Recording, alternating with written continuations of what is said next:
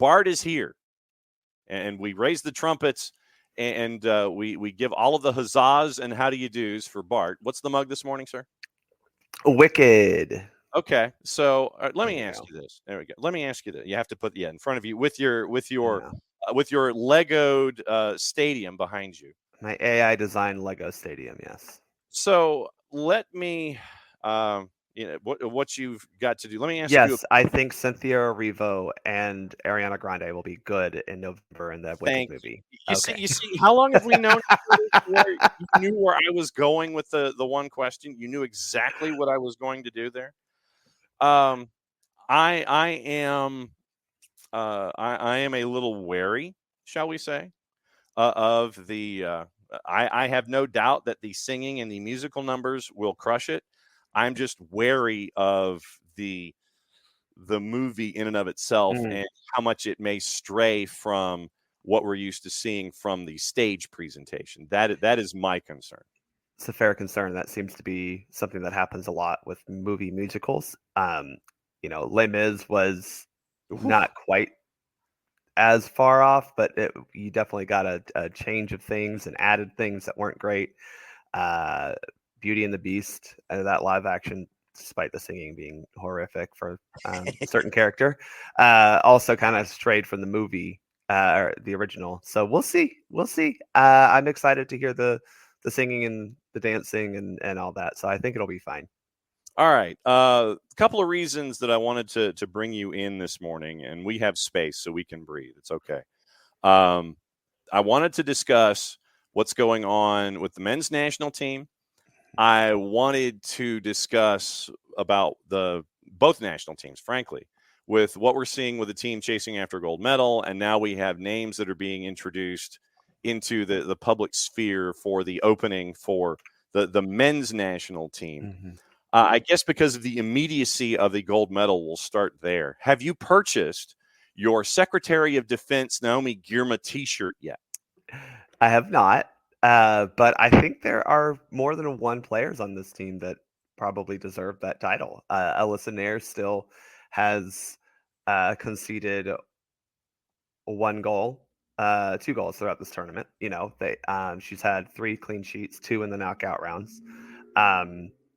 She has been integral to the U.S. women's success this year specifically. I mean, got multiple penalty kick shootout wins this year. But Girma has been. I think this is the tournament. Granted, I think if you didn't see this back in last summer, then you weren't paying attention. But I think this tournament specifically has shown how great she is on the world stage. And I think it's shown for me that she is so comfortable in her role with the U.S. women's national team as not just a great defender, but a leader of the back line and a leader of the team. She's clearly the vice captain behind Lindsey Horan. She's clearly a vocal leader on the field. But I think as any leader has to do, they also lead by example. She sets a fantastic tone and work ethic, as well as being supremely talented. And she has really, I think, captured the hearts of a lot of people this tournament. And I'm happy for her. So when you look at the defense that we've seen here and the Emma Hayes philosophy, and in past visits, we have said we have somewhat stipulated that her approach is somewhat Berhalterian, for lack to create an adjective. 3GB-ish, I guess, probably might be a shorter adjective, so folks can sit there and go, "What in the hell is Nelson talking about?" The substitution pattern or lack thereof might be a bit of a concern because of midweek weekend, 2 days rest. You've got to go again, all this kind of stuff. Right now, when you look at what Emma Hayes has accomplished with this roster, is it just to the point where it's like, look, just put your head down, get through this stuff, and now that we're in the last match of this tournament, I'll see what the physios are telling me, and we'll go from there. How are you envisioning? I'm not anticipating any roster changes or starting 11 changes or anything like that. But is this one where you're a little more manageable in your minutes and things? If somebody's gassed, are you hoping that they push through it? Are you quicker to sub in a gold medal match in this kind of a situation? What are you looking at here? Well, first off, I think to call it Berhalterian is rude to Emma Hayes because she actually has a plan, and her reason behind this does deal with wanting to get that first team, the preferred 11, as many reps together as possible. Now, again, as we've talked about, I still think she could have subbed a little bit earlier, but I think when you look at this team right now, you have finally a team that's fully healthy. Jaden Shaw coming back in. Hopefully she's back to full health. That was kind of a weird thing at the beginning. Tiana Davidson, we'll see. She should be fine, but she should come off at halftime. Hopefully she can go more than 45 minutes in the final. But for the most part, you have the health that you should want for a final, and you shouldn't need to hold off from making subs. So I thought we saw some more subs last game. She definitely subbed not just earlier, obviously Roosevelt coming off in regulation, but she subbed more frequently. I think we'll see that in the gold medal match. Also, remember, John, they had a full actual day of rest. They weren't just traveling and practicing. A full actual day of rest, he says. They were able to have not just a travel day, but also a rest day. And a region day and a training day because in between the semifinal and the final. So that in itself is good and should lend to a slightly better performance overall. And don't pretend like Brazil hasn't also been involved in very intense matches during this tournament, and they have a not as deep bench as the U.S. women. But no, I'm not super concerned about Emma subbing or not subbing in this final. I also feel like if you're the U.S. women, the goal is pretty clear. Something you weren't able to do against Japan and Germany, but you had chances to, is you just need to put the ball in the back of the net early. You created chances early on in both games, but the ball has to go inside the rectangle thing. And if you do that, especially go against Brazil, who has been incredible at finding goals and finding ways for you to give them a goal. If you put that ball, if you score early, the sub thing kind of takes care of itself. True. Jarrett Smith returns. Jarrett for Bart, as we're discussing the women's national team taking on Brazil in the gold medal match in Paris. Well, what have you discussed already? I want to ask Bart the same question twice. The substitution pattern, or lack thereof. And what else have we talked about, Bart? We talked about Wicked the movie. Oh, God, that's coming out. Oh, God. I'll have to see that. I'll have to make time for that one. Okay, let's talk about something less fun, the men's team, in general, because they're not competing for medals. But we got coach rumors. Bart, what are your thoughts? I think, again, we're seeing that U.S. Soccer at least is willing to talk to big name coaches. I will say that my concern with any coach that has been leaked, and even some of the coaches that I put forward as guys I would want to manage, is they don't have international managing experience. So Pochettino, Matarazzo, these are guys who probably decent coaches, but do not have that international management experience. Which gives me a little bit of pause. But overall, you can't hate the fact that U.S. Soccer is going out and talking to coaches of this name, of this caliber, especially if it's Pochettino, who seems to be a rumor. I don't know, I don't know how much truth there is actually to the rumor. But that type of name is just good to see, and I think that in itself is a positive from U.S. Soccer. Now, the flip side of that is I'm a little annoyed that they're telling us that they're not going to have a coach by September, because the problem is you don't have a whole lot of windows before the World Cup in 2026, and I don't think you can afford to just miss one, especially when this team got knocked out in I mean, June 1st or July 1st. Yeah. You've gone a whole month since you were eliminated, almost a full month since you fired Greg. Yeah. I'm a little concerned that it's taking longer than it should to get a coach in place. And I mean, I think September 7, is what, 28 days away, 29 days away. I think it's a little foolish for U.S. Soccer to not. Yeah, there's 31 days in August, so I guess that's math. Yeah. I didn't go to school for math, John. I am concerned that missing that September window will be a problem. I know you have October. You'll probably put a November. You got the November window for. Now I'm blanking, like leagues, Nations League. Gosh, I was about to call it Leagues Cup. I'm like, that's not what it is. It's the other made-up CONCACAF tournament. So you've got the November Nations League tournament, which is really truly competitive, and you cannot mess that up because it is a home and home quarterfinal tie, and you need to be in the finals come next March. So a coach only having really one window to put a system in and then having to do it in a competitive aspect is a little concerning to me. But again, I think the positive is they're talking to big name coaches.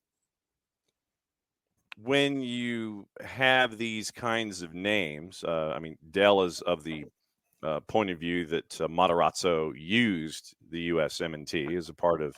I mean, that's going to be true for any coaching search.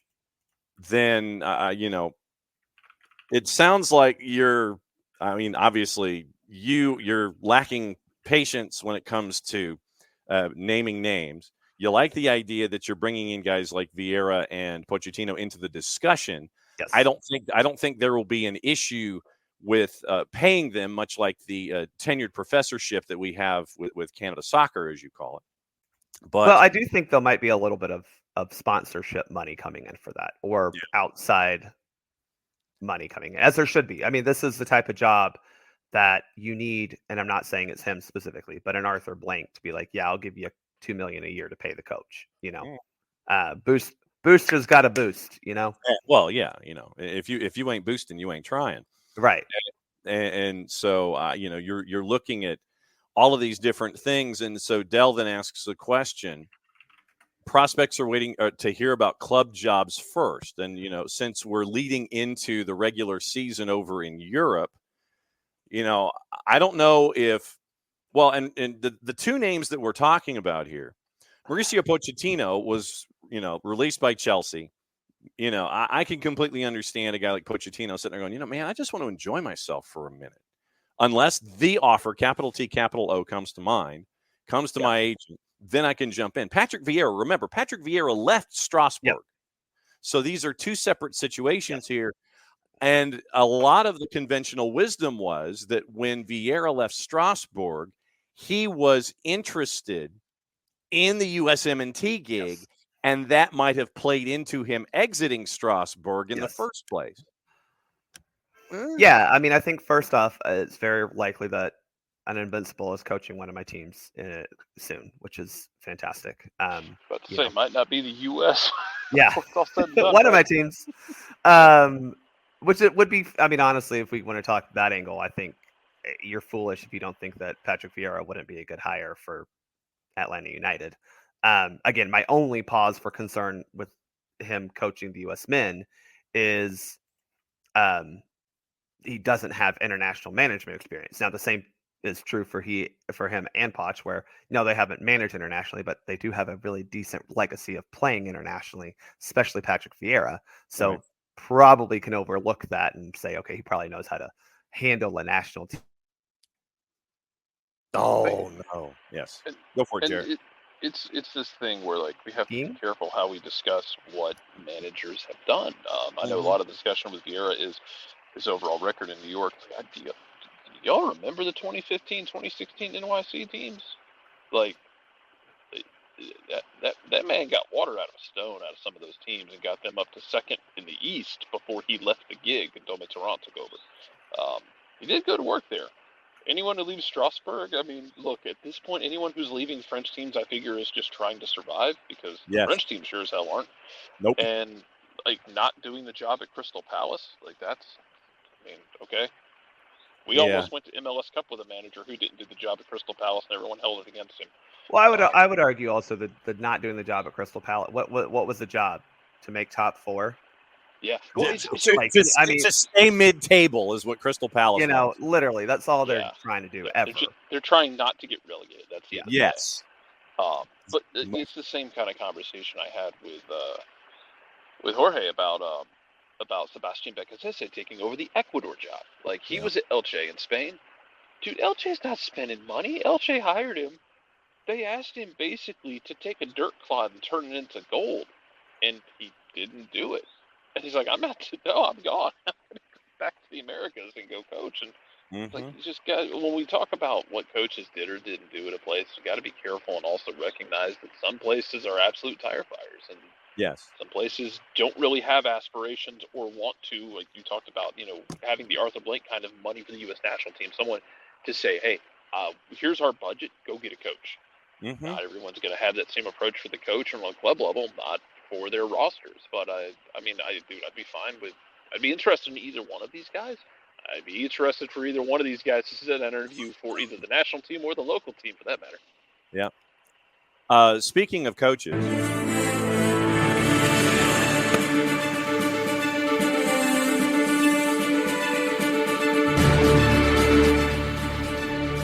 we have a decision. We have a decision, and if you choose not to decide, you still have made a choice. So England has announced at England, talk about having the best Twitter account that you landed on ever.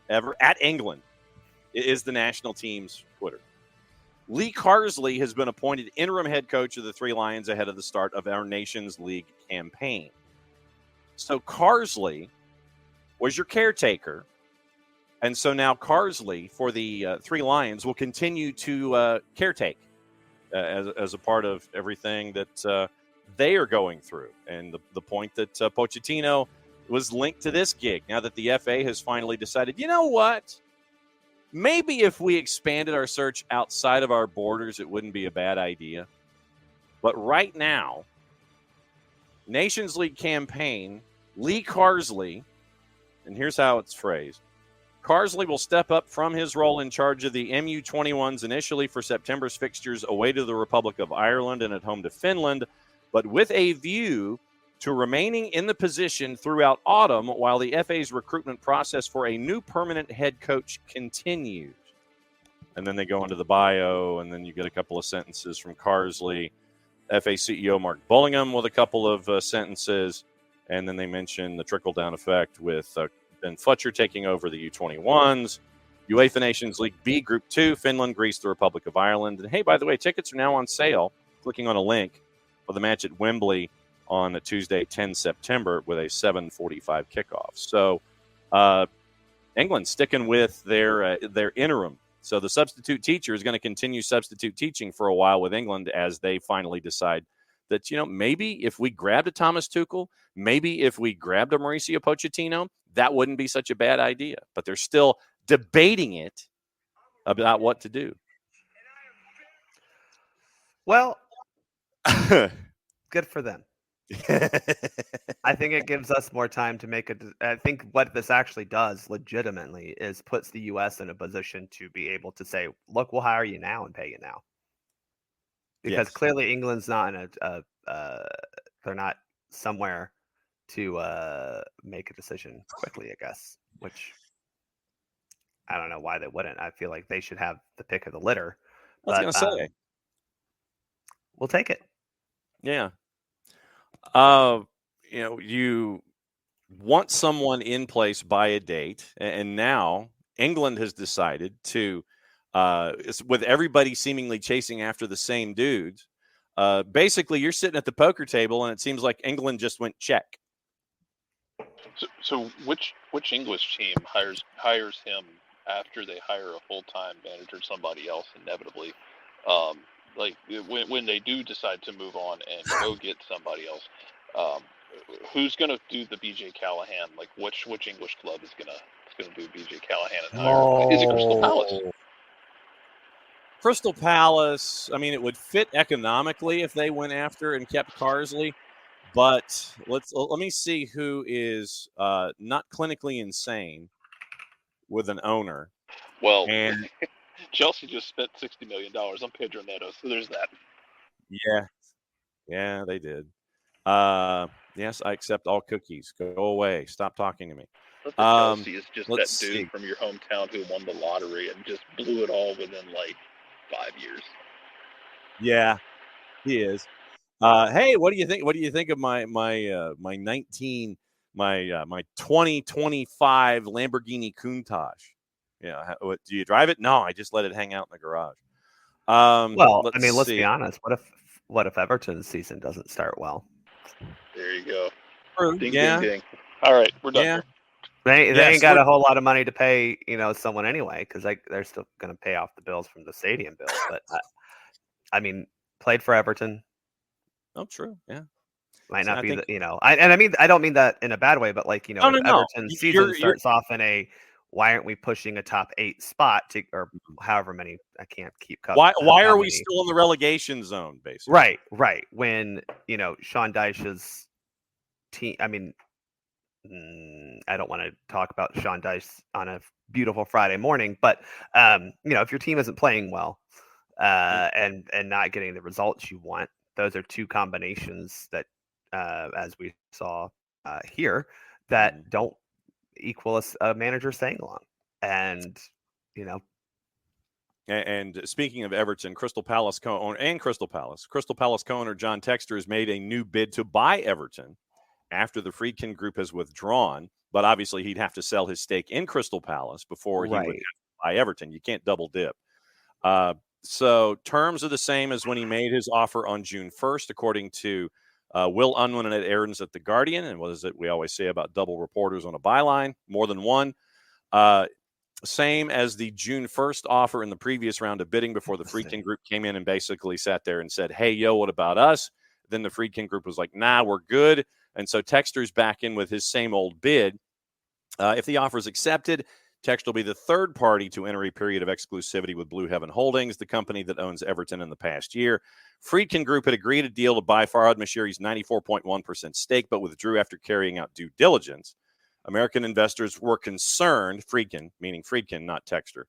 Friedkin concerned about the legal uncertainties surrounding the £200 million in loans that 777 partners, the first to agree to a deal, gave the club. One complication is Textor's offer is that he owns 45% of Crystal Palace and would have to sell that.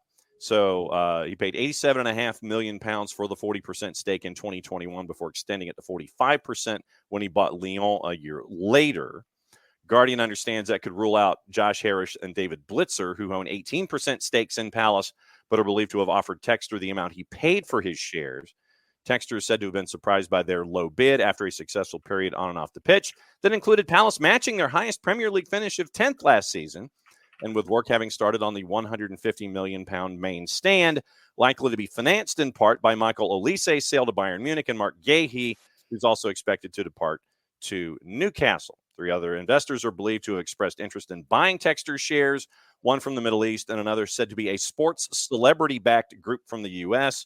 Textor is understood to be confident in arranging a financing deal for Bramley-Moore Dock could allow him to delay prospective takeover until as late as January. So that is your John Textor crossover news this morning, where it could be Textor wanting to go from a club that's just happy to be here. And literally, that to me seems like Crystal Palace. We're just happy to be here. And you do just enough to stay in the middle of the pack. And so Textor looks like he's viewing Everton and perhaps as a distressed asset and can flip it and go from Crystal Palace to Everton. Well, I can't argue with the idea that it is a little bit of a distressed asset when you consider not just the placement of their finishes the past couple of years, but also the financial penalty somehow incurred that Manchester City continues to avoid, even though they're the biggest cheaters in Premier League history. That's it. Look, if it were If it were slander, it would have to be proven false. And if I'm looking at an Everton club, you have to think, one, I think that ownership group is probably one's out. Let's be real honest. Oh yeah, no doubt. They haven't been liked for about, I feel like, a decade at this point. And it's definitely a bigger club with bigger brand recognition, and you're the second fiddle in a large city in England, as opposed to the third, fourth, fifth club in England, in a city. The big dog, as you were saying. Yes. Yeah, I mean, Everton definitely has a better brand recognition, which is what these guys are buying. Yeah. You get a shiny new stadium that'll be hosting Euro. Yeah, they're hosting Euro, not Anfield. That is interesting. And then maybe we get another American owner in the Premier League. That'd be great too. Yes. Okay, so you've got all of that going on.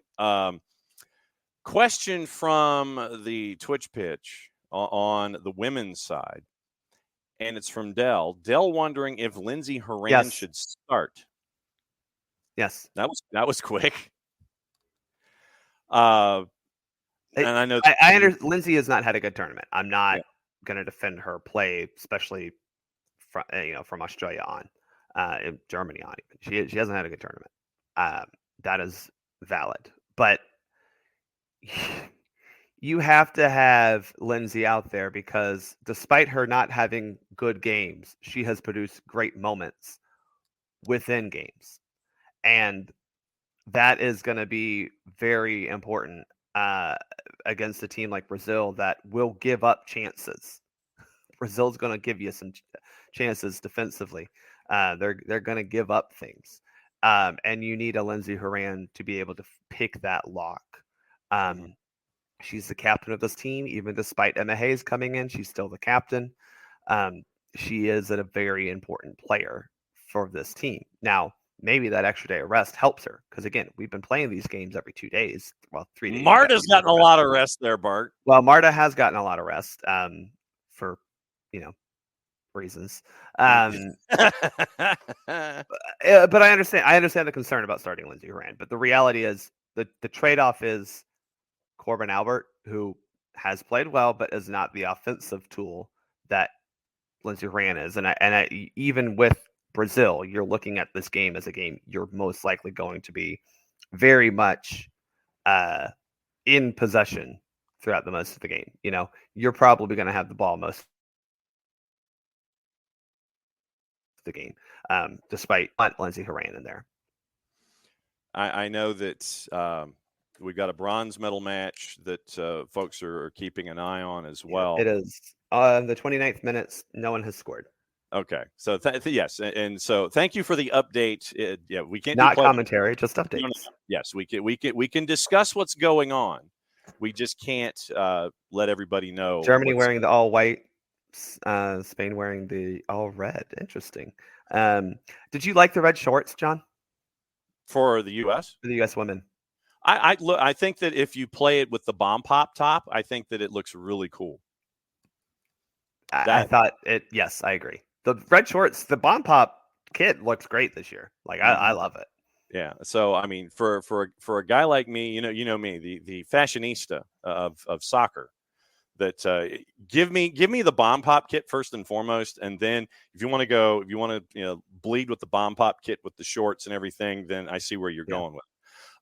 When it comes to the women's tournament and the men's tournament, let's take a peek back at the whole thing, since we're now deciding medals and things. Biggest surprise, it's senior double superlative. save by Berger. Sorry, oh, wow. She so not one save but two. Not one. Oh, there was an offside. Well, she still made 2 saves. Good for her. We're not taking that away from the goalkeepers. Okay, so flags up anyway. Senior superlatives time. Time to open up the yearbook when it comes to Paris. And this can be both men's and women's. You can take it whatever direction you want. Biggest surprise, either positive or negative. Biggest disappointment. Those kinds of senior superlatives. If you're looking back at this tournament, because the next time we talk, the tournament will be over and everyone will be heading back from Paris. Biggest shock, biggest surprise, biggest disappointment. You can take them good, bad, however you want to take, whatever direction you want to take. I'm going to start with biggest disappointment because I Sure. think it's very clearly the French women. Okay. Again, they choked in a major tournament. This is nothing new for France. They continually underperform at big tournaments despite all the talent they have. This was probably the last time that they're going to have that core group of players who has been there for the longest time, Renard and company. At that age they have aged out completely. Not Hervé Renard, but Wendy Renard.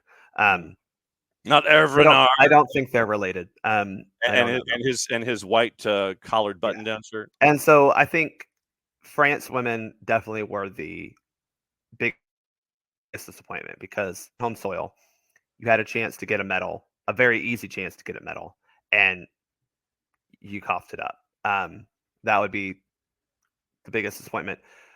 Biggest surprise. Like I said, it could be good or bad. Well, I mean, I think it's that Brazil is in the gold medal final. One, they finished third in their group, so they didn't get buy-in except for, being one of the lucky losers, if you will. Mm-hmm. But the Brazil women making a gold medal final, I don't think anyone had that on their bingo card. Especially because they had to go through the side of the bracket that was with France and Spain. That is impressive. Beating both of them is impressive. I mean, if Brazil wins gold, John, they will have beaten France, Spain, and the USA. If they pull that off, that'll be quite impressive. And they will deserve the run, and Marta can go retire and truly feel the love that she deserves from the sport. When you look at Marta and her place, I know a lot of folks gravitate toward her post-match speech from a couple of years ago about the sport and how folks should view the sport. When you look at Marta, I know that is only a part of it. So when I mention Marta to you, how should folks remember her with what she has meant to the sport? Marta has been a great ambassador of what Brazilian football is and taken that to the women's game, right? She's been the ambassador for Brazilian football to the women's game, and that flair, the panache, the jogo bonito, the beautiful side of the sport.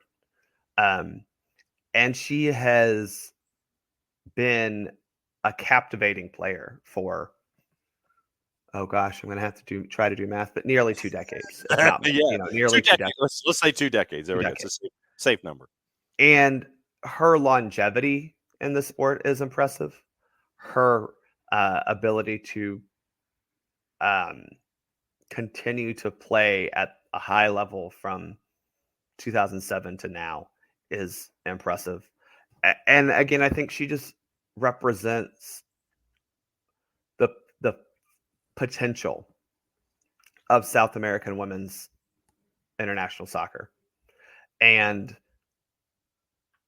the fact that they haven't been able to get the support that they need to truly elevate themselves while still getting third place in 2007, making they've had a really good run, and now they've got a chance to win gold. I think Marta deserves to be remembered as one of the best to have ever played, and certainly a one-of-a-kind player who was able to translate something that we know and love from the men's game to the women's game and make it even her own. So when it comes to, let me apply this to the U.S. women's national team. I know that there was a concern for the longest time about transitioning the older players out and bringing the younger players in that we had seen were performing well but had been roadblocked for whatever reason. Where do you view that transition right now? Where are we with folks out, folks in, players that should be playing, players that aren't? Where is this transition now that we're in this first major tournament with Emma Hayes? Well, I think the biggest one you see is that Alex Morgan no longer with this team. That is a big decision. And I think that she is the final, well, Alyssa Nair is the final, but I think Alex Morgan is, kind of the final player from that generation that we can say goodbye to. Crystal Dunn, you forget, is a couple years younger than them, so she isn't quite in that generation. She's more on the Julie Ertz side of things in terms of their age group. Julie Ertz retired early because of injury. But the Alex Morgan, she's 34 and up. I think we're done with that generation outside of Alyssa Nair, and the reason we still have Alyssa Nair is because she is a goalkeeper. So that we can. But even then, I'm very curious how that's going to transition after this tournament, because we can't rely on what would be an almost 40-year-old Alyssa Nair, in 2026 or 2027.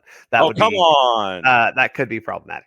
Keepers age differently, Bart. You know that. They do. And we see how Brad Guzan has some good games and some bad games.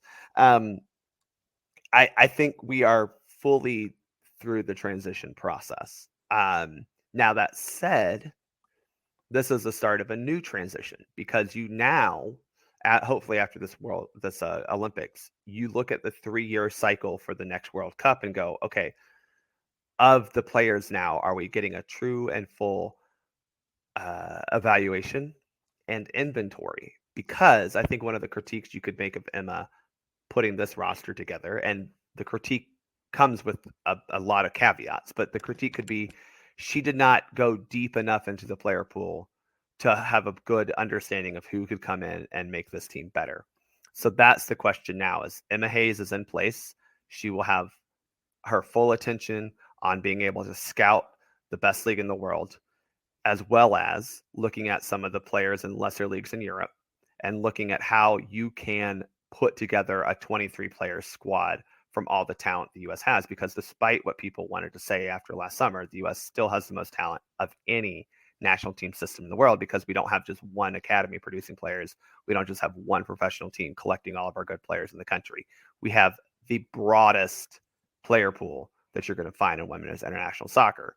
So that means there might be players, and I'm going to say some names that might confuse people, but players like a Rose Lavelle, players like Lindsey Horan, even players like Tierna Davidson, who have to prove time and time again that they are starting caliber players or national team caliber players, because you have so much depth behind you.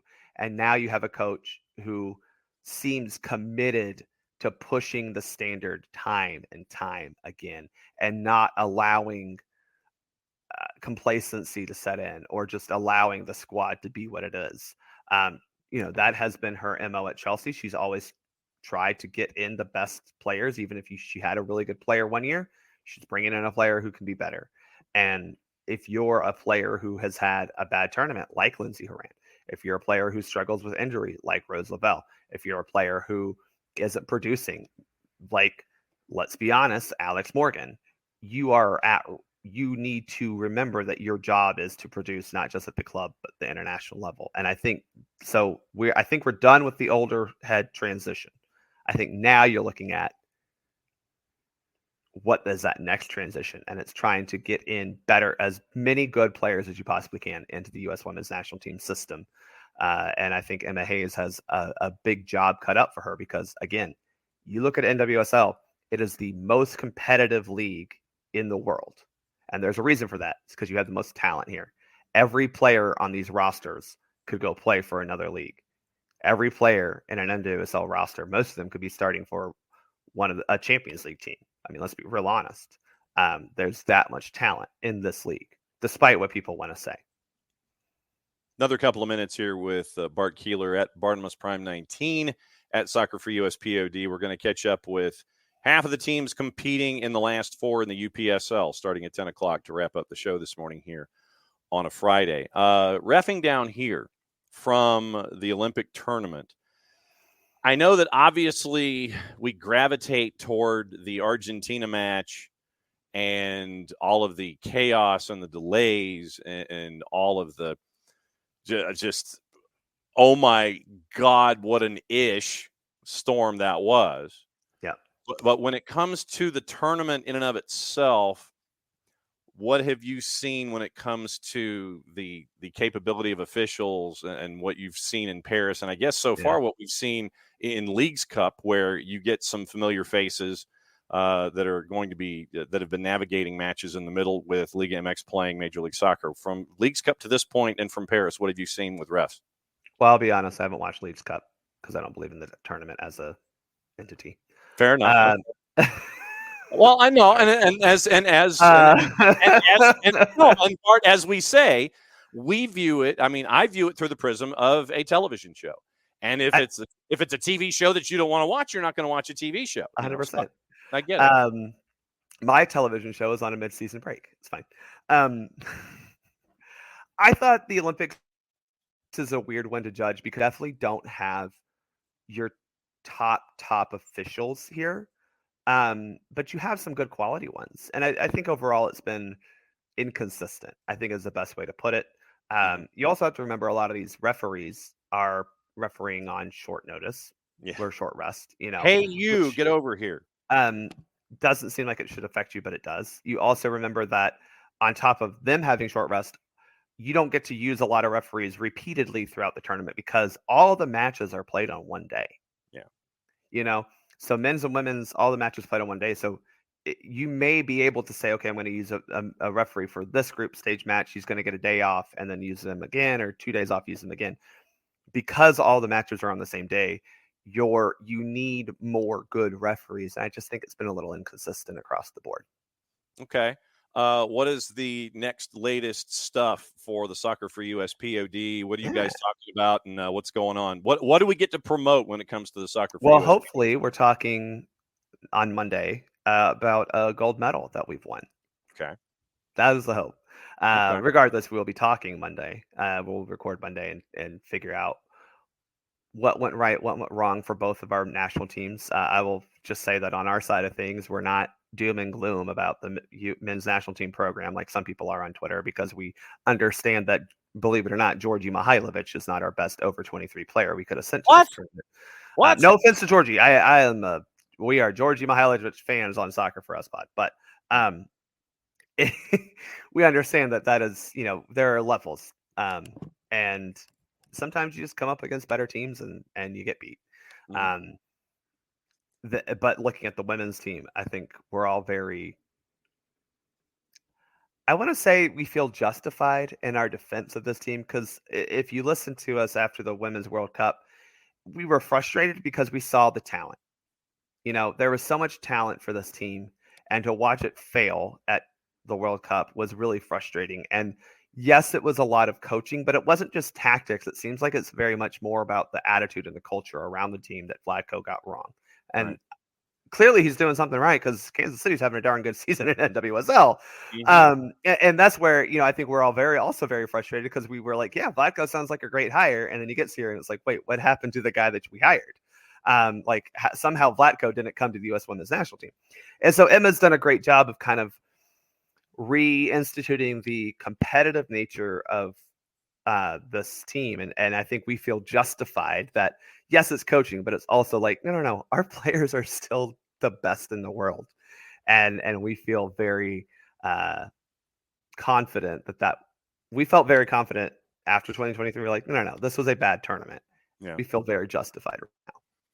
Good deal. Well, as always, my friend, it's great to catch up with you. I had the feeling that you might be playing hooky from the real world this morning, or at least could duck out and be there in the home studio to discuss stuff with us as we get ready for gold medals and things over in Paris. So this has been a slow week for us at work, because we finished all of our markets last week. So as you were traversing the planet for the last 2 weeks, from Atlanta to Vegas. From Atlanta to Vegas back to Atlanta, all for work, was a lot. Yes. So enjoy the beverage that is in your Wicked mug, and we will catch up with you on the flip side. So you're back. Are you back with us on Monday to discuss gold medals and things, or what? Yes. Okay. So back normal time slot on Monday, and we'll be back. Both gold medals. We'll talk all the soccer gold medals.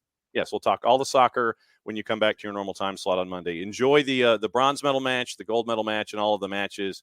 And we'll catch up with you once again early next week, my friend. Thanks for dropping by. Y'all have a great Friday. Enjoy your weekend.